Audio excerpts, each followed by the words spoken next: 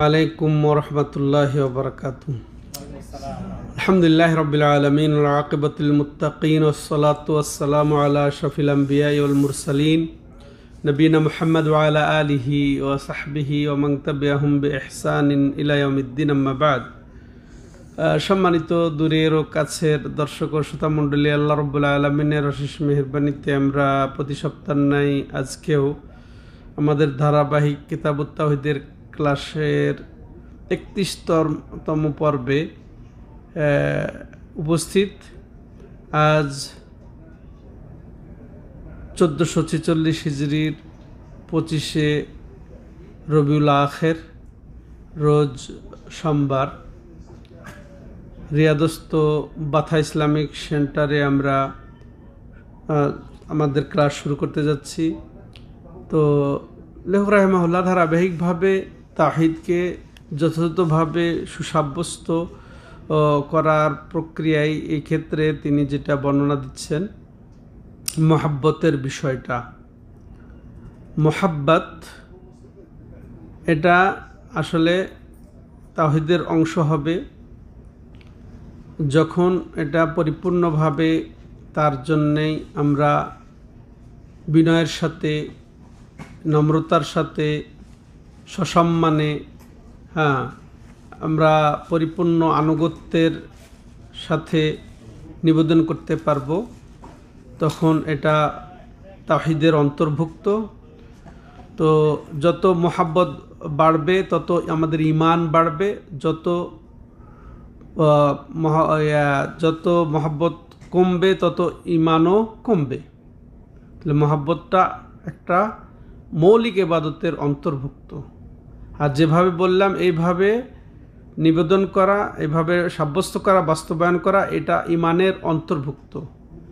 এর বিপরীতে যদি কেউ আল্লাহর মতো করে অন্যকে মহাব্বত করে, সসম্মানে, নমভাবে, নম্রতার সাথে, বিনয়ের সাথে, একেবারে পূর্ণ আনুগত্য ভরে, তাইলে সেটা হবে শিরিক।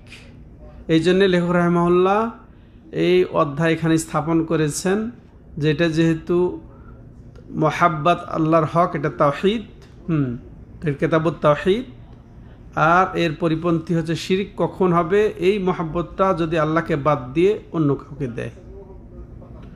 তো তিনি অধ্যায়ে দেখেন সরাসরি আয়াত স্থাপন করেছেন। অধ্যায়ের শিরোনামে তিনি সরাসরি আয়াত এখানে স্থাপন করেছেন। তো আমরা শিরোনাম দিতে পারি এটা, যে ওরা অর্থাৎ মুশরিকরা ওলিদেরকেই আল্লাহর মতো করেই ভালোবাসে, ওলিদেরকে আল্লাহর মতো করে মহাব্বত করে। তো ঠিক এটা নবী সাল্লাল্লাহু আলাইহি সাল্লামের উপরে আয়াত নাজিল হয়েছেন মক্কার কাফের কুরাইশদের মোকাবেলায়। তো ঠিক এখনকার বর্তমান সমাজে দেখেন, যারা মুসলমান কিন্তু ওলি আউলিয়াকে তারা ওই আল্লাহর মতো করে মহব্বত যারা করে, যারা সেখানে সশ্রদ্ধ আবেদন নিবেদন করে, যারা ওখানে বিনয় নম্রতা প্রকাশ করে, ওলিদের কবরে মাজারে গিয়ে এখানে মিল হয়ে যায়, এটাও শিরকের অন্তর্ভুক্ত। অতএব এগুলো থেকে আমাদেরকে সতর্ক থাকতে হবে। লেখক রাহিমাহুল্লাহ যে আয়াত স্থাপন করেছেন এখানে দলিলের ভিত্তিতে, যে এখানে 6টি দলিল উল্লেখ করেছেন, তার এই শিরোনামকে সুসাব্যস্ত করার জন্যে আমরা শিরোনাম কি বলছি, যে ওরা ওলিদেরকে আল্লাহর মতো করেই মহব্বত করে, ওরা ওলিদেরকে আল্লাহর মতো করে মহব্বত করে। তো এর দলিল হিসেবে তিনি 2টি আয়াত এবং 4টি হাদিস উপস্থাপন করেছেন। প্রথম আয়াত, গুরুত্বপূর্ণ আয়াত, সূরা বাকারার 165, ওয়ামিনান নাসি মান ইয়াত্তাখিযু মিন দুনিল্লাহি আনদাদা ইউহিব্বুনাহুম কাহুব্বিল্লাহ ওয়াল্লাযীনা আমানু আশাদ্দু হুব্বান লিল্লাহি ইলা আখিরিল আয়া। তো মানুষের মধ্যে অনেকে, এটা উদ্দেশ্য কাদেরকে? আল্লাহ রাব্বুল আলামিনের মুশরিকদের। যে মুশরিকদের মধ্যে অনেকেই যারা কি করে, আল্লাহকে বাদ দিয়ে ওই তাদের ওলি আউলিয়াকে মাবুদ বানিয়ে নেয়, সমকক্ষ বানিয়ে নেয়, আল্লাহর সমকক্ষ বানিয়ে ইউহিব্বুনাহুম কাহুব্বিল্লাহ, তারা তাদেরকে আল্লাহর মতো করে ভালোবাসে। তারা তাদেরকে আল্লাহর মতো করেই ভালোবাসে। তো ইহিব্বু নাহুম কাহুব্বিল্লাহ, ওই যাদেরকে তারা ভালোবাসে, যাদেরকে তারা আল্লাহকে বাদ দিয়ে মাবুদ বানিয়ে নেয়, মিন দুনিল্লাহি আন্দাদা, শরীক বানিয়ে নেয়, তাদেরকে তারা আল্লাহর মতো করেই ভালোবাসে। আল্লাহর মতো ভালোবাসার অর্থ এখানে দুইটা, যে ঠিক তারা আল্লাহকে যেমন ভালোবাসে, ঠিক তেমন তারা তাদের ওই যে মাবুদদেরকেও ভালোবাসে, তাদের শরীকদেরকেও সেরকমই ভালোবাসে। তো এই আরেকটা অর্থ হচ্ছে যে তারা তাদের মাবুদদেরকেই আল্লাহর মতো করে ভালোবাসে, কিন্তু মাবুদরা যেভাবে আল্লাহকে ভালোবাসে সেভাবে আল্লাহকে ভালোবাসে, এরকম।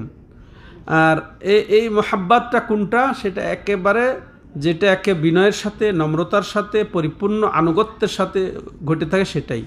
আর এটা একের সমকক্ষ স্থির করে তারা আল্লাহর মহব্বতের সাথে সমতা বজায় রেখে তারা এই মহব্বতটা করে। আর এটাই হচ্ছে এমন বড় শিরিক যেটা তাদেরকে ইসলাম থেকে বের করে দেয়, মুসলিম মিল্লাত থেকে তাদেরকে বের করে দেয়। এটা তো বর্ণনা হচ্ছে সেই মুশরিকদের কথা, কিন্তু এখনও কেউ যদি মাজার দরগায় গিয়ে ওলির নাম দিয়ে তাদেরকে এই রকম বিনয়ের সাথে, নম্রতার সাথে আল্লাহর মতো করে ভালোবাসে, তাহলে অবশ্যই তারাও এই হুকুমের অন্তর্ভুক্ত হয়ে যাবে, তারাও মুশরিক হয়ে যাবে, এমন মুশরিক যে তারা ইসলাম থেকে পূর্ণভাবে খারিজ হয়ে যাবে, নাউজুবিল্লাহি মিন যালিক।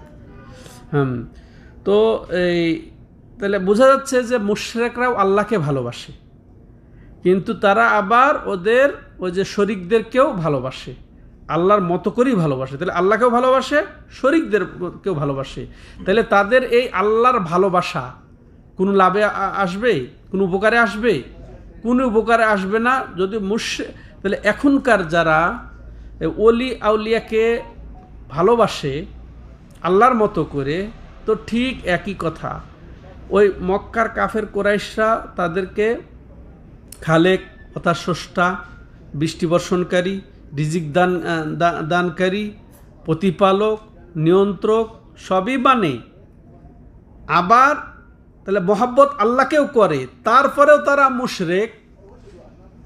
তো ঠিক এখন কেউ যদি আল্লাহকে স্রষ্টা হিসেবে এক মনে করে, তারপরে আল্লাহকে ওই যে প্রতিপালক হিসেবে এক মনে করে, মালিক হিসেবে এক মনে করে, আবার আল্লাহকে ভালোবাসে, কিন্তু তার সাথে সাথে কোনো অলিকে যদি আল্লাহর মতো করে ভালোবাসে, একই কোয়ালিটি, কোনো পার্থক্য নেই। আল্লাহু আকবার।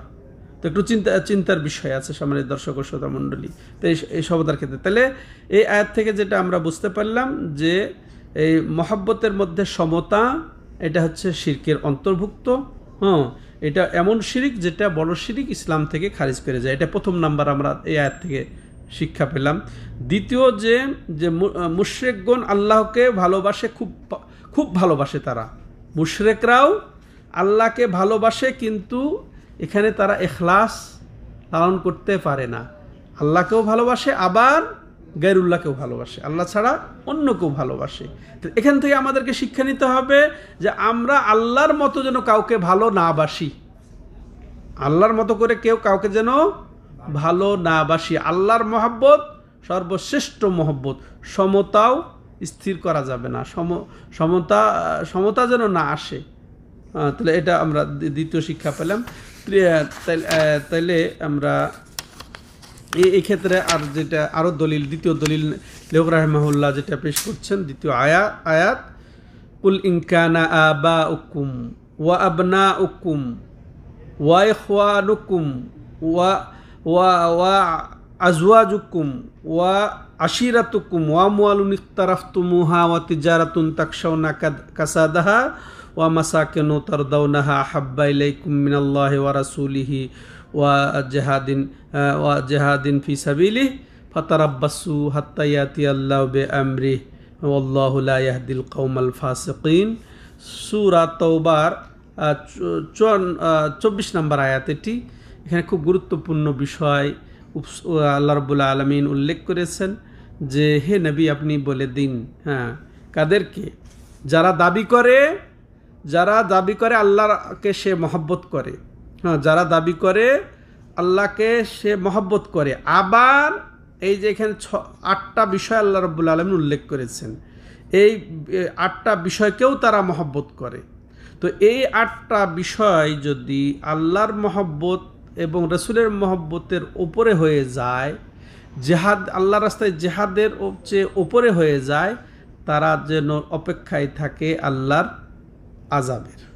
এটা মূল কথা আয়াতের। এবার আসেন এখানে আল্লাহ কি বলছেন, হে নবী আপনি বলে দিন, ইনকানা বা উকুম, যদি তাদের বাপ দাদারা, ওয়া আবনা উকুম তাদের ছেলের মেয়েরা, ওয়া ইখওয়ানুকুম তাদের ভাই ব্রাদার, ওয়া আজওয়াজুকুম তাদের স্ত্রী, ওয়া আশিরাতুকুম তাদের অন্য যে কোনো নিকট আত্মীয় স্বজন, ওয়া আমওয়ালুন ইকতারাফতুমুহা এবং যে তারা যে মাল সঞ্চয় করে, যে মাল যা কামায়, হ্যাঁ, ওয়া তিজারাতুন তাকশাউনা কাসাদাহা, এবং হে নবী তুমি তাদেরকে বলো, অর্থাৎ নবী সাল্লাল্লাহু আলাইহি ওয়াসাল্লাম খেতাব করছেন, এবং ওই তেজারত যা ঘাটতি যাওয়ার, মন্দা যাওয়ার তোমরা ভয় করো, ওয়া মাসাকিনু তারদাউনাহা যে বাসভবন তোমরা খুব আনন্দ পাও, যে ভবন নিয়ে তোমরা আনন্দ পাও, তারদাউনা কাসাদাহা তারদাউনা আহাব্বা ইলাইকুম মিনাল্লাহি ওয়া রাসূলিহি ওয়া জিহাদিন ফি সাবিলিহি,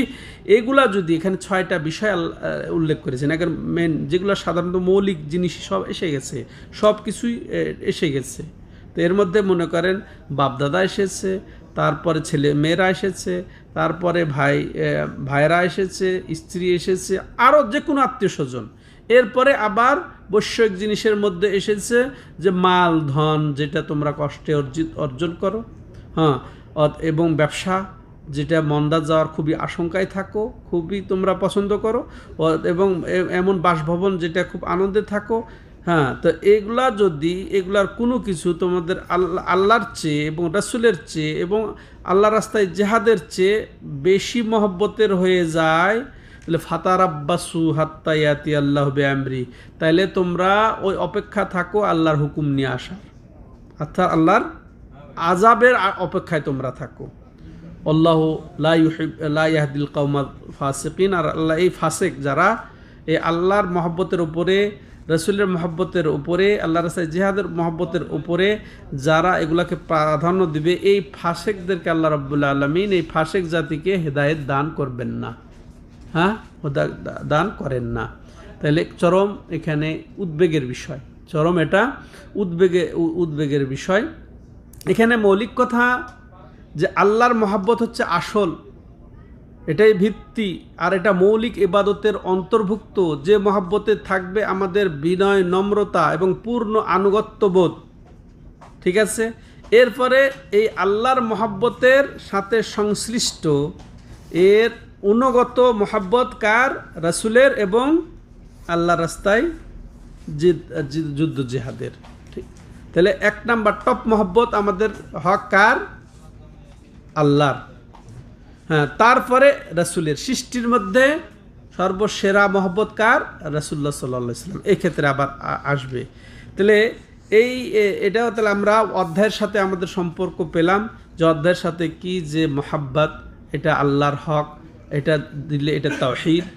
তো এটা যত আমরা পূর্ণ করতে পারবো, হ্যাঁ, এই মহাব্বতকে, তত এই ঈমানটা পূর্ণ হবে। যত আমাদের ঘাটতি আসবে তখন ঈমানেও তাতে ঘাটতি আসবে। আর এটা আল্লাহকে দেওয়া, এটা তাওহীদ। আল্লাহ ছাড়া গায়রুল্লাহকে দেওয়া শিরিক, সমকক্ষ স্থির করা এক্ষেত্রে শিরিক। তো এই জন্যে লিখু রাহিমাহুল্লাহ এই আয়াত দিয়ে এখানে দলিল উপস্থাপন করেছেন। তাহলে অধ্যায়ের সাথেও এটার সম্পর্ক আছে। এবার এই আয়াত থেকে যা আমরা বুঝতে পারলাম যে আল্লাহর মহব্বত, এটা আমাদের জন্য ফরজ। আল্লাহর মহব্বত আমাদের জন্য ফরজ, এবং আল্লাহ যা কিছু মহব্বত করেন, যা কিছু পছন্দ করেন। আল্লাহ কি পছন্দ করেন? আল্লাহ রাব্বুল আলামিন আমরা সৎ আমল করি, সালাত আদায় করি, এটা তাহলে এই সালাতকেও আমাদের মহব্বত করতে হবে, মহব্বতের সাথে আমাদের সালাত আদায় করতে হবে, মহব্বতের সাথে আমাদেরকে জাকাত দিতে হবে। এই নয় যে একেবারে বিরক্ত হয়ে যে কি করব, এখন দিশাহারা বা এখন অপারক, না দিলেও হয় না, বিরক্ত হয়ে না, হ্যাঁ, এটা এটা রাগান্বিত হয়ে না, তো এটা একেবারে অন্তর থেকে দিতে হবে, ইখলাসের সাথে দিতে হবে। তো আল্লাহ যা, তাহলে আল্লাহকে সরাসরি মহব্বত, এবং আল্লাহ যা কিছু মহব্বত করেন, পছন্দ করেন, ভালোবাসেন, তাকেও মহব্বত, এটা আমাদের জন্য জরুরি। তেমনইভাবে রাসূলুল্লাহ সাল্লাল্লাহু আলাইহি সাল্লামের মহব্বতের অপরিহার্যতাও এই আয়াত থেকে আমরা পেলাম। হ্যাঁ, তেমনইভাবে ওই লোকদের জন্য এটা হুঁশিয়ারি বা সতর্ককারী, যারা এই যে 8টা যে জিনিস আল্লাহ রাব্বুল আলামিন উল্লেখ করেছেন, এই 8টাকে বা 8টার কোনো একটিকে যদি আল্লাহর মহব্বতের উপরে বা রাসূলের মহব্বতের উপরে বা আল্লাহর রাস্তায় জিহাদের উপরে প্রাধান্য দেয়, এটা তাদের জন্য ভয়াবহ হুঁশিয়ারি। হ্যাঁ, এটা তাহলে উচিত হবে না, এটা কাবিরা গুনাহ হবে। হ্যাঁ, তাহলে এটা আমরা জানলাম এই দ্বিতীয় আয়াত থেকে। এবার আসেন এই হাদিস থেকে দলিল, তৃতীয় নাম্বার দলিল এবং হাদিস থেকে দলিল। আনানাসিন আন্না রাসূলুল্লাহ সাল্লাল্লাহু আলাইহি ওয়াসাল্লাম ক্বালা ইমিনু আহাদুকুম হাত্তা কুনা হাব্বা ইলাইহি মিন ওয়ালাদিহি ওয়া ওয়ালিদিহি ওয়ান নাসি আজমাইন, আখরাজা। হাদিসটি ইমাম বুখারী তার সহিহ বুখারীতে, ইমাম মুসলিম তার সহিহ মুসলিমে উল্লেখ করেছেন। বর্ণনাকারী হচ্ছেন আনাস বিন মালিক রাদিয়াল্লাহু তাআলা আনহু, আন্না রাসূলুল্লাহ সাল্লাল্লাহু আলাইহি ওয়াসাল্লাম ক্বাল, তিনি বলছেন, রাসূলুল্লাহ সাল্লাম বলেন, লা ইউমিনু আহাদুকুম, কত মারাত্মক কথা, লা ইউমিন, তোমাদের কেউ মুমিন হতে পারবে না, হাত্তা কুনা হাব্বা ইলাইহি মিন ওয়ালাদিহি ওয়া ওয়ালিদিহি ওয়ান নাসি আজমাইন। এখানে 3টা কথা, যে যতক্ষণ পর্যন্ত আমি তার নিকটে, তার সন্তান সন্ততি, তার পিতামাতা, বাস এটা তো খাস করে বলার পরে আবার ওয়ান নাসি আজমাইন, সমস্ত মানুষ অপেক্ষা, সমস্ত মানুষের মধ্যে ছেলে মেয়েও আছে, পিতামাতাও আছে, সবই আছে, তাই না? তো এটা আরও নিশ্চিত করার জন্য, আরও গুরুত্ব আরোপের জন্য বলেছেন, যতক্ষণ পর্যন্ত আমি তোমাদের কারো কাছে সন্তান সন্ততি, পিতামাতা, এমনকি সমস্ত ব্যক্তির চেয়ে প্রিয় না হয়ে যাব, ততক্ষণ পর্যন্ত তোমাদের কেউ মুমিন হতে পারবে না। এখন নিজেকে জিজ্ঞাসা করি, হ্যাঁ, তবে এখানে কি, যে এটা অবশ্য পরিপূর্ণ মুমিন হওয়া যাবে না, পরিপূর্ণ মুমিন হওয়া যাবে না। পরিপূর্ণ মুমিন হতে হলে আমাদেরকে অবশ্যই সব কিছু অপেক্ষা, ওই যে 8টা যে বলা হয়েছে, ওই 8টা অপেক্ষা রাসূলকেও মহব্বত করতে হবে। ওই আয়াতও ওটাই বোঝাচ্ছে এখানে, এবং আয়াতের বলা যায় এটা হাদিস থেকে, হাদিস দিয়ে তাফসীর। তাহলে মুমিন হওয়া যাবে না, এটা পরিপূর্ণ মুমিন হওয়া যাবে না। হ্যাঁ, তাহলে এই হাদিস থেকে আমরা যেটা বুঝতে পারলাম সরাসরি, তাহলে এই যে মহব্বত এটা ইমানের সাথে যেহেতু সম্পর্ক, তাহলে পরিপূর্ণ ইমানদার হতে হলে তাহলে তাওহীদ, তাহলে তাওহীদের অংশ আছে। এই জন্য লেখক রাহিমাহুল্লাহ এই হাদিসটা এখানে উল্লেখ করেছেন। তাহলে পরিপূর্ণ মুওয়াহিদ হতে গেলে, তাওহীদবাদী হতে গেলে, তাহলে নবীকেও আমাদেরকে মহব্বত করতে হবে সবার চেয়ে বেশি। যা বুঝতে পারলাম যে রাসূলুল্লাহ সাল্লাল্লাহু আলাইহি ওয়াসাল্লামের মহব্বতের অপরিহার্যতা এবং সবার অগ্রাধিকার, সবার থেকে অগ্রাধিকার তার মহব্বত সমস্ত সৃষ্টি হতে। দ্বিতীয়ত যেটা আমরা জানতে পারলাম যে এই আমল হচ্ছে ইমানের অন্তর্ভুক্ত। মহব্বত কি? মহব্বত একটা আমল। এটা আমল কিসের আমল? অন্তরের আমল। নিয়ত একটা আমল, তাই না? নিয়ত কিসের আমল? অন্তরের আমল। তো নিয়ত যেমন অন্তরের আমল, ভরসা অন্তরের আমল, তেমনি ভয় অন্তরের আমল, ইখলাস অন্তরের আমল। তো ঠিক মহব্বতটাও অন্তরের আমল। তাহলে বোঝা যাচ্ছে যে আমল ইমানের অন্তর্ভুক্ত, ইমান থেকে আমল বিচ্ছিন্ন নয়, এটা আমরা বুঝতে পারছি। এই ক্ষেত্রে অনেকে মনে করে যে আমল ইমান থেকে আলাদা। কেউ যদি অন্তরে বিশ্বাস করে, স্বীকৃতি দেয়, অন্তরে স্বীকৃতি, মৌখিক সাক্ষ্য দেয়, সে মুমিন, সে যদিও আমল না করে। কিন্তু এটা ভুল কথা, এটা ভ্রান্ত কথা। আসল কথা, সঠিক কথা কোনটা? আমলও ইমানের অন্তর্ভুক্ত। আমল ছাড়া ইমান সাব্যস্ত হবে না, আমল ছাড়া ইমান গ্রহণযোগ্য হবে না।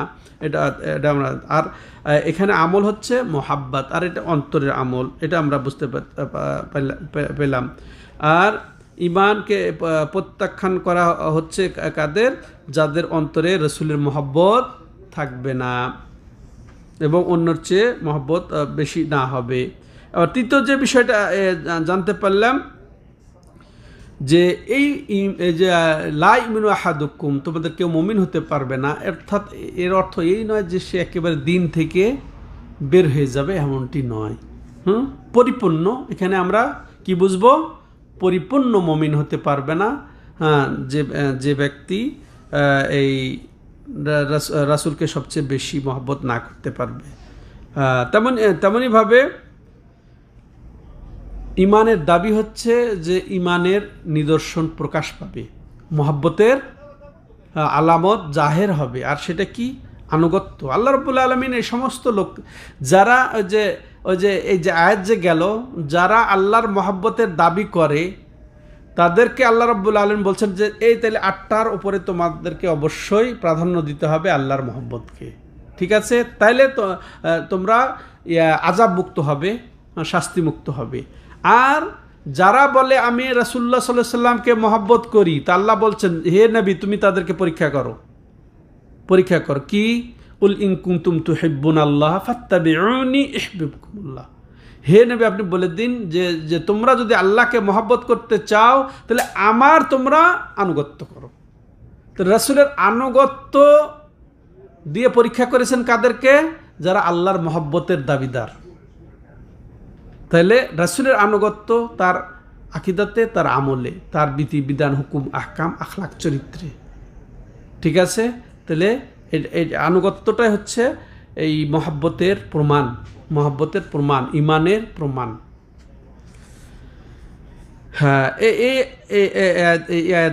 এই হাদিস থেকে আমরা এগুলো পেলাম। এবার তৃতীয় বা চতুর্থ যেটা দলিল, এটাও বুখারী মুসলিমের, এই হাদিসটা বুখারী মুসলিমের ছিল।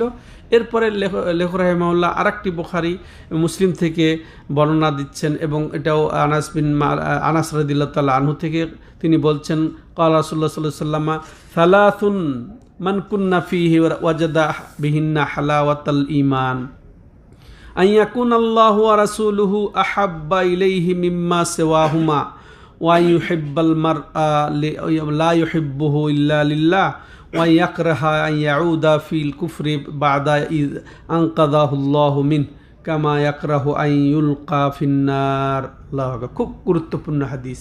সম্মানিত দর্শক ও শ্রোতা মণ্ডলী, আমরা হাদিসটা অর্থ বুঝি আগে। তো রাসূলুল্লাহ সাল্লাম কি বলছেন? সালাসুন, তিনটি বৈশিষ্ট্য। কয়টি? তিনটি বৈশিষ্ট্য এমন, মান কুন্না ফিহি ওয়াজাদা বিহিন্না হালাওয়াতাল ঈমান। এই তিনটি বৈশিষ্ট্য যার মধ্যে থাকবে সে ঈমানের মজা পাবে। ঈমানের যে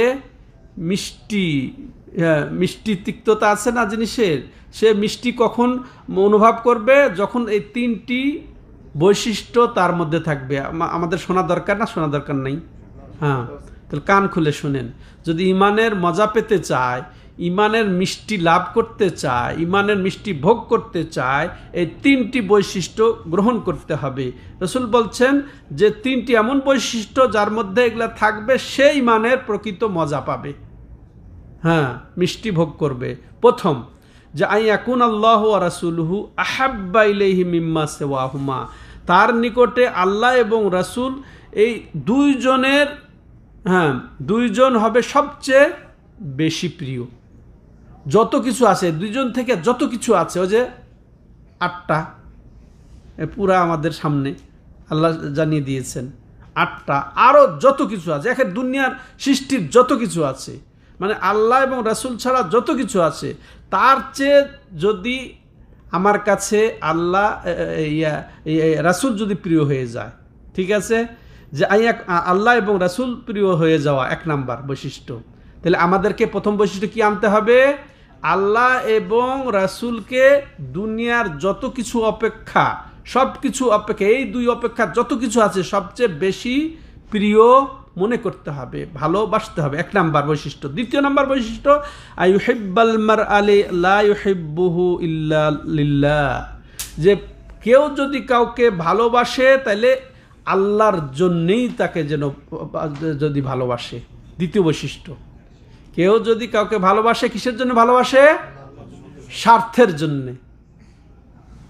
এখন এটা আসতেছে পরের কথা, স্বার্থ ছাড়া, যে কোনো স্বার্থ ছাড়া আল্লাহর জন্য, কারণ সে মুসলমান, সে মমিন, সে পরেজগার, সে মুত্তাকি, সে নামাজি, সে দিনদার, সে দাওয়াতি কাজ করে, এই জন্যে সে ভালোবাসবে।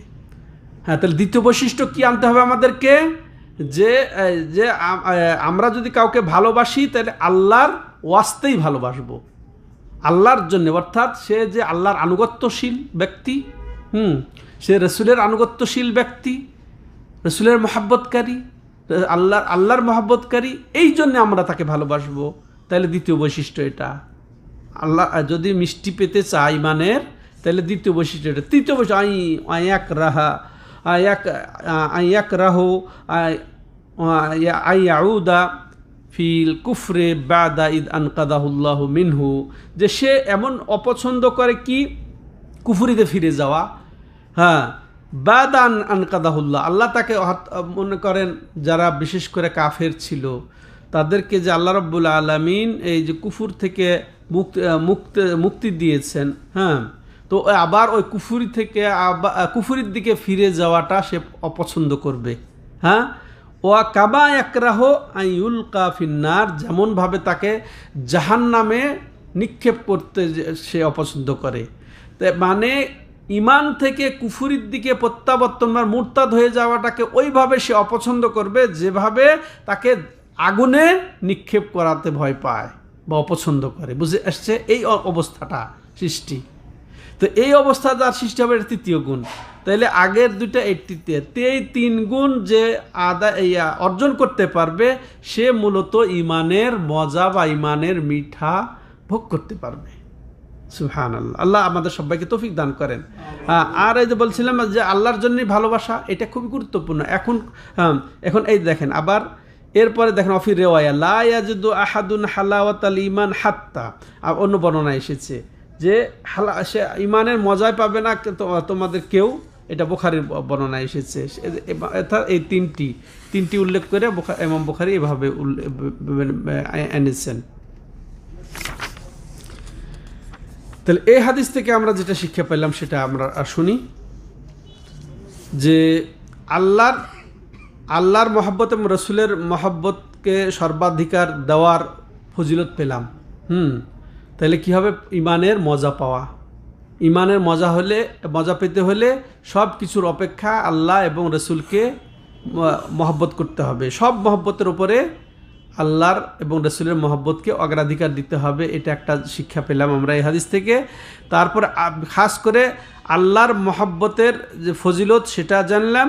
তারপরে আর মুমিনরা যে কাউকে যদি ভালোবাসে একমাত্র আল্লাহর সন্তুষ্টির জন্যেই, আল্লাহর দিনের জন্যেই, হ্যাঁ, আল্লাহর সে যে আনুগত্যশীল সেই জন্যেই ভালোবাসবে, এটা শিক্ষা পেলাম।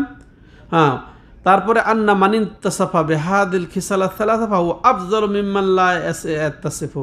তো তাহলে এই তিনটি যে সমন্বয় করতে পারবে সে হচ্ছে মাশাআল্লাহ সর্বসেরা মুমিন, সর্বসেরা মুমিন। এরপরে আরও যেটা জানতে পারলাম যে কাফেরদেরকে অপছন্দ করা বা ঘৃণা করার এখানে বৈধতা পেলাম। ঠিক আছে, শরীরসম্মত এটা। আরও শুনেন, আরও স্পষ্ট হবে এই বিষয়টা। ওয়ান ইবনে আব্বাস রাদিয়াল্লাহু তাআলা আনহুমা قال من أحب في الله وأبغض في الله ووالى في الله وعاد في الله فإنما تنال ولاية الله بذلك ولا يجد عبد طعم الإيمان وإن كثرت صلاته وصومه حتى يكون كذلك وقد صارت عامة مؤاخاة الناس على أمر الدنيا وذلك لا يجدي على أهله شيئا। আরো স্পষ্ট, আগের বিষয়টা আরো স্পষ্ট। দেখেন কিভাবে, যে এই হাদিসটি বর্ণনা করছেন আব্দুল্লাহ ইবনে আব্বাস রাদিয়াল্লাহু আনহুমা, উভয় সাহাবী, এই জন্য রাদিয়াল্লাহু আনহুমা বলছি আমরা, যে মান আহাব্বা ফিল্লাহ ও আবগাদা ফিল্লাহ, একের পরস্পরমুখী। এখানে পরস্পর দুইটা, আহাব্বা ফিল্লাহ ও আবগাদা ফিল্লাহ। যে ব্যক্তি যে আল্লাহর উদ্দেশ্যে, আল্লাহর সন্তুষ্টির জন্যেই বা আল্লাহর জন্যেই, অর্থাৎ একজন কে ভালোবাসবে, সে একজন মুমিন, সে আল্লাহর প্রতি ঈমানদার, রাসূলের প্রতি ঈমানদার, আল্লাহর মহব্বত করবে, রাসূলের প্রতি, যে আল্লাহর জন্যই মহব্বত করবে। ওয়াবগাদা ফিল্লাহ, এবং আল্লাহর স্বার্থে, আল্লাহর জন্যই সে কাউকে ঘৃণা করবে, অর্থাৎ সে আল্লাহর দুশমন, আল্লাহর বিরোধী, রাসূলের বিরোধী, সে কাফের, মুশরিক বা ইসলামদ্রোহী, তো এই জন্যে সে তাকে ঘৃণা করবে। তাহলে সে আল্লাহর জন্যে সে ঘৃণা করবে। ওয়ালা ফিল্লাহ, এবং আল্লাহর উদ্দেশ্যেই সে কাউকে বন্ধু হিসেবে গ্রহণ করবে। ওয়ালা, এবং অর্থাৎ সাহায্য করবে, সম্মান করবে, কিসের কারণে? আল্লাহর কারণেই কাউকে বন্ধু হিসেবে। ওয়াদা ফিল্লাহ, এবং আল্লাহর জন্যে কাউকে শত্রু মনে করবে, আল্লাহর কারণেই কাউকে শত্রু মনে করবে। তাইলে কি হবে? ফাইন্নামা তুনালো ওয়েলায়াতুল্লাহে বেদালিক, এই চারটার দ্বারা সে কি পাবে? আল্লাহর ওয়েলায়াত পাবে। আমরা বেলায়াত করি না, এই যে বেলায়াত কাকে বলে শোনেন। তাইলে আল্লাহর কি বন্ধুত্ব পাবে, অর্থাৎ কি হবে? আল্লাহ তাকে সাহায্য করবেন, আল্লাহ তাকে মহব্বত করবেন। তাহলে আল্লাহর মহব্বত এবং আল্লাহর সাহায্য পেতে হলে তাইলে আল্লাহর জন্য ভালোবাসা, আল্লাহর জন্য ঘৃণা করা, আল্লাহর জন্য বন্ধু বানানো, আল্লাহর জন্য শত্রু বানানো। তাহলে এই কাজ করতে পারলে আল্লাহর আমি বন্ধু হতে পারবো, আল্লাহর মহব্বত পাবো, আল্লাহর সাহায্য পাবো। তারপরে আবার বলছেন ওয়ালান ইয়াজিদু আবদুন তুআমাল ঈমান ওয়াইন কাসুরাত। আর এটা আবার স্পষ্ট করে দেওয়া হচ্ছে হাদিসে যে সে ঈমানের সে কখনোই মজা পাবে না, সে মজা পাবে না, যদিও তার সালাত অনেক হোক না কেন, সিয়াম হোক না কেন, হাত্তা একুনা কাযালিক, যদি তার এই অবস্থাটা এরকম না হয়। আল্লাহর জন্যই ভালোবাসা, আল্লাহর জন্যই ভালো না বাসা বা ঘৃণা করা, আল্লাহর জন্য বন্ধু বানানো, আল্লাহর জন্য শত্রু বানানো, যদি এটা না হয় তাহলে সে যতই সালাত আদায় করুক, যতই সিয়াম রাখুক, সে এরকম হতে পারবে না, অর্থাৎ সে ঈমানের মজা পাবে না। ওয়াকাদ সারাত আম্মাতু মুআখাতিন নাস। এবার আব্দুল্লাহ ইবনে আব্বাস রাদিয়াল্লাহু তাআলা আনহু এই রাসূলের হাদিসের ব্যাখ্যায় বলছেন যে বর্তমান অবস্থা, আল্লাহু আকবার, আব্দুল্লাহ ইবনে আব্বাসের 1400 বছর আগের খবর বলছেন কি, যে এখন বর্তমানে মানুষের অবস্থা কি হয়েছে, সাধারণ মানুষ বা বেশিরভাগ মানুষ তাদের এই দুনিয়ার ভিত্তিতে তারা মানুষকে ভালোবাসে, দুনিয়ার স্বার্থে একজন আরেকজনকে ভালোবাসে। বলেন এটা এখন কোন পর্যায়ে? তাইলে চিন্তা করেছেন? এখন প্রত্যেকটা ভালোবাসা, আমরা প্রত্যেককে যে ভালোবাসি, কয়জন আল্লাহর ওয়াস্তে ভালোবাসি, নাকি দুনিয়ার ভিত্তিতে, দুনিয়ার স্বার্থে? এটা স্পষ্ট যে প্রত্যেক ভালোবাসার ভিত্তি হচ্ছে যে ও আমার ব্যবসার সহযোগিতা করবে, চাকরিতে সহযোগিতা করবে, দুনিয়ার সহযোগিতা করবে, এটা করবে, সেটা করবে, অমুক করবে, তমুক করবে, সেই জন্য ওকে খাওয়ানো, সে তাকে সার্ভিস দেওয়া, তাকে এই করা সেই করা, যোগাযোগ করা, যত ভালোবাসা আর যত কিছু সব কিসের স্বার্থে হয়? দুনিয়ার স্বার্থে। এটা ওই হাদিসেই উল্লেখ করে দেওয়া হচ্ছে। ওয়াযালিকা লা ইউজদি আলা আহলি শাইআন। আর এটাও জেনে রাখতে হবে যে তাদের এই মহব্বতটা তাকে আসলে কোনোই উপকারে দেবে না। বাহ্যিক তাৎক্ষণিক কোনো উপকার হওয়ার পরে দেখবেন একেবারে কিছুই থাকবে না, একেবারে জিরো হয়ে যাবে। আর দেখেন আরও স্পষ্ট, আব্দুল্লাহ ইবনে আব্বাস রাদিয়াল্লাহু তাআলা আনহু আরও আল্লাহর এই বাণীটা উল্লেখ করে বলছেন, ওয়া তাকাত্তাআত বিহিমুল আসবাব, কিন্তু পরকালে তার এই সব অবলম্বনগুলা, এই মহব্বতের সম্বন্ধ যত সব বিচ্ছিন্ন হয়ে যাবে। এই আসবাবগুলা, এই উপকরণগুলা তার কোনোই কাজে আসবে না, বেফায়দায় চলে যাবে, বরং এগুলা আরও ক্ষতির কারণ হয়ে দাঁড়াবে। সব ক্ষতির কারণ হয়ে দাঁড়াবে। আল্লাহু আকবার। সব বেফায়দা, এই সম্পর্ক, এই মহাব্বত সব বিচ্ছিন্ন হয়ে যাবে। কিন্তু কোন মহাব্বত থাকবে পরকালে, কাজে দিবে কোনটা? ওই যেটা বললাম, আল্লাহর ওয়াস্তে যদি হয়ে থাকে মহাব্বতটা, আল্লাহর ওয়াস্তেই যদি হয়ে থাকে ঘৃণাটা, আল্লাহর ওয়াস্তেই যদি বন্ধু বানানো হয়, আল্লাহর ওয়াস্তেই যদি শত্রু বানানো হয়, তাহলে আল্লাহর ওয়াস্তে শত্রু বানাইতে হয়, তাই না? এটা আমরা বুঝলাম। তাহলে এগুলা করতে পারলে আমরা ইমানের মজা পাবো, ইমানের মিষ্টি চাকতে পারবো, আমরা পাবো, তাছাড়া কিন্তু পাবো না। তাহলে এই হাদিস থেকে আমরা যেটা জানলাম, সংক্ষেপে বলবো, সেটা হচ্ছে কি, যে এমন কিছু উপকরণ, হ্যাঁ, যার মাধ্যমে আল্লাহর মহব্বত পাওয়া যায়, সেটা আমরা পারলাম। আর আল্লাহর মহব্বত পাওয়ার অর্থ হচ্ছে কি আল্লাহর সহযোগিতা পাওয়া, হ্যাঁ, আল্লাহর সমর্থন পাওয়া, এটা বুঝলাম। আর আল্লাহর হস্তের এই যেগুলো মহব্বত, এটা বাকি থাকবে, কিয়ামত কাল পর্যন্ত বাকি থাকবে, পরকালও সেটা বাকি থাকবে। তেমনইভাবে এখানে আল্লাহ যে মহব্বত করবেন, এটাও আমরা পেলাম যে আল্লাহর মহব্বত পাওয়া যাবে। তা আল্লাহর মহব্বত করা আমাদের মহব্বতের মতো নয়, এটার সাথে তুলনা নয়। আল্লাহর তাহলে মহব্বতের একটা বিশেষ গুণ আছে, সিফত আছে, কিন্তু আল্লাহর যেরকম উপযোগী সে পর্যায়ের আছে, কিন্তু কোনো সৃষ্টির সাথে নয়। তেমনইভাবে আমরা এখানে যেটা জানতে পারলাম যে আল্লাহর ওয়াস্তে মহব্বতের ফজিলত কি, সেটাও আমরা জানতে পারলাম। এবং আল্লাহর জন্যে ঘৃণা করা, এটারও ফজিলত আছে, এটাও আমরা বুঝতে পারলাম। তো আর তাইলে বোঝা গেল, এই যদি আল্লাহর ওয়াস্তে মহব্বত আর আল্লাহর ওয়াস্তে ঘৃণার এই গুণটা না থাকে, তাহলে আমাদের সলাতে সিয়ামে কোনো কাজ দিবে না। তেমনইভাবে এটা বুঝতে পারলাম যে মমিনরা একজন আরেকজনকে বন্ধু হিসেবে গ্রহণ করবে, সাহায্য সহযোগিতা করবে, এটাও পেলাম। এবং কাফেরদেরকে ঘৃণা করবে, এটা আমরা বুঝতে পারলাম। এরপরে আমরা আল্লাহর হস্তে মহাব্বতের ফল রেজাল্ট, আল্লাহর হস্তে ঘৃণা করার ফল রেজাল্ট, সেটা কি যে ইমানের মজা পাওয়া, ইমানের স্বাদ পাওয়া, ইমানের মিষ্টি ভোগ করা, এটার যে পেলাম। এরপরে কেউ যদি ওই যে দুনিয়াবি স্বার্থে বা ভালোবাসে, দুনিয়াবি স্বার্থে ঘৃণা করে, মুমিনকে ঘৃণা করে ছাড়ে দুনিয়াবি স্বার্থে, তাহলে এটা তিরস্কৃত করা হয়েছে হাদিসে পরোক্ষভাবে। তাহলে পরিশেষে আমরা উপসংহারে যেটা বলতে চাই যে মহব্বত একটি ইবাদত। মহব্বত তাহলে সব মহব্বত আবার একরকম নয়, এটাও আমরা বুঝবো লাস্টে। যে মহব্বত প্রথম 4 প্রকার। মহব্বত কয় প্রকার? 4 প্রকার। একটা হচ্ছে মহাব্বাতুল্লাহ, আল্লাহর মহব্বত, আর এটাই হচ্ছে ইমানের ভিত্তি বা ইমানের আসল, যেটা হচ্ছে তাওহীদ, যার কারণে এটা কিতাবুত তাওহীদের আলোচনা চলছে মাশাআল্লাহ। তাহলে একটা হচ্ছে মহাব্বাতুল্লাহ, আল্লাহর মহব্বত। দ্বিতীয় হচ্ছে মহাব্বাতুন ফিল্লাহ, আল মাহাব্বা ফিল্লাহ, আল্লাহর ক্ষেত্রে মহাব্বত, আল্লাহর ক্ষেত্রে, যেমন নবীদেরকে মহাব্বত করা, মুমিনদেরকে মহব্বত করা, সৎবান্দাদেরকে মহব্বত করা, এগুলা বোঝায়। তেমনিভাবে তার মহাব্বত মা ইহিব্বুল্লাহ, আর আল্লাহ যা তাহলে তৃতীয় হচ্ছে কি, আল্লাহ যা পছন্দ করেন, আল্লাহ যা মহব্বত করেন তাকে মহব্বত করা, তৃতীয় মহব্বত এটা।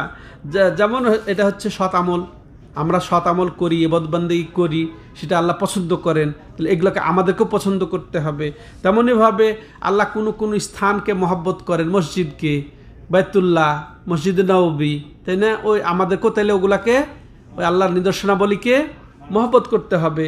তেমনইভাবে তেমনি সময়, রমজান মাস, লাইলাতুল কদর, এগুলা আল্লাহ পছন্দ করেন, ভালোবাসেন, জন্য আল্লাহ রাব্বুল আলামিন এদের ফজিলত দান করে, তাহলে আমাদেরকে। তৃতীয় যেটা মহাব্বত মা আল্লাহ, আল্লাহর সাথে অন্য কিছুকে মহব্বত করা, সেটা যে 8টা গেল। বিশেষ করে গায়রুল্লাহ, মৃত ব্যক্তিকে মহব্বত করা, ওলির নাম দিয়ে মহব্বত করা, এটা যদি হয়, সেটাই হচ্ছে কি আসে মুশরিকদের মহব্বত, যেটা সেটা মক্কার কাফের কুরাইশদের মহব্বত, যে মহব্বতের কথা আল্লাহ বলেছেন, যে তারা তাদের ওই যে মূর্তিকে, তাদের মাবুদকে, তাদের প্রতিমাকে যেভাবে মহব্বত করে, সেটা।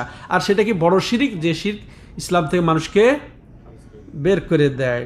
এরপর চতুর্থ মহাব্বত, এটা ভিন্ন, সেটা হচ্ছে কি স্বভাবগত মহাব্বত। চতুর্থ মহাব্বত কোনটা? স্বভাবগত মহব্বত, যে মহব্বতের কারণে আমরা বড়দেরকে শ্রদ্ধা করি, বাবাকে শ্রদ্ধা করি। তারপরে যেটা স্বাভাবিক মহব্বত, যেটা প্রাকৃতিক মহব্বত, তো এটা আবার 4 ধরনের। প্রথম যেটা শ্রদ্ধামূলক মহব্বত, যেটা শ্রদ্ধামূলক ভালোবাসা, যেটা বড়দেরকে, বাবা। তেমনইভাবে ছোটদেরকে স্নেহমূলক মহাব্বত, স্নেহমূলক ভালোবাসা, যেমন ছেলেদেরকে, বাচ্চাদেরকে মহব্বত করা হয়। তেমনইভাবে তৃতীয়ত হচ্ছে কি, যে সমস্ত মানুষের মহব্বত, ছেলে মেয়ে এগুলা বাদে আর সমস্ত মানুষের মহব্বত। আর এরকমভাবে কি মানুষ বিশেষ বিশেষ জিনিস পছন্দ করে, খাদ্য, খাবার, পানীয় পোশাক আশাক, তারপরে যেটা ব্যবহারিক জিনিসের যেটা পছন্দ করে, মহব্বত করে, সেটা তো ঠিক আছে। তাহলে এই মহব্বতের সাথে ওই আল্লাহর যেটা মহব্বত সেটা কোনো সাংঘর্ষিক নয়। এই মহব্বত আমাদের করতে হবে, বাবার মহব্বত করতে হবে, ছেলে মেয়ের মহব্বত করতে হবে, মুমিনদেরকে মহব্বত আমভাবে করতে হবে, এটাতে কোনো সমস্যা নেই। কিন্তু সমস্যা কোনটা? আল্লাহর সাথে গায়রুল্লাহকে, কোন ওলিকে মহব্বত করা।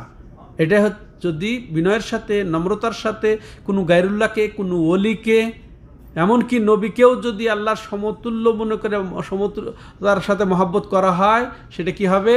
শিরিক হবে। তো এটা আল্লাহ আমাদেরকে বুঝার তৌফিক দান করেন, আল্লাহ রাব্বুল আলামিন যথাযথভাবে বাস্তবায়ন করার তৌফিক দান করেন। আল্লাহ এর বিপরীত থেকে আল্লাহ আমাদেরকে হেফাজত করেন। হাদা হুয়া সাল্লাল্লাহু আলা নবিনা মুহাম্মদ ওয়া আলা আলিহি ওয়া সাহবিহি আজমাইন। সুবহানাকাল্লাহুম্মা ওয়া বিহামদিকা আশহাদু আল্লা ইলাহা ইল্লা আনতা আস্তাগফিরুকা ওয়া আতুবু ইলাইক।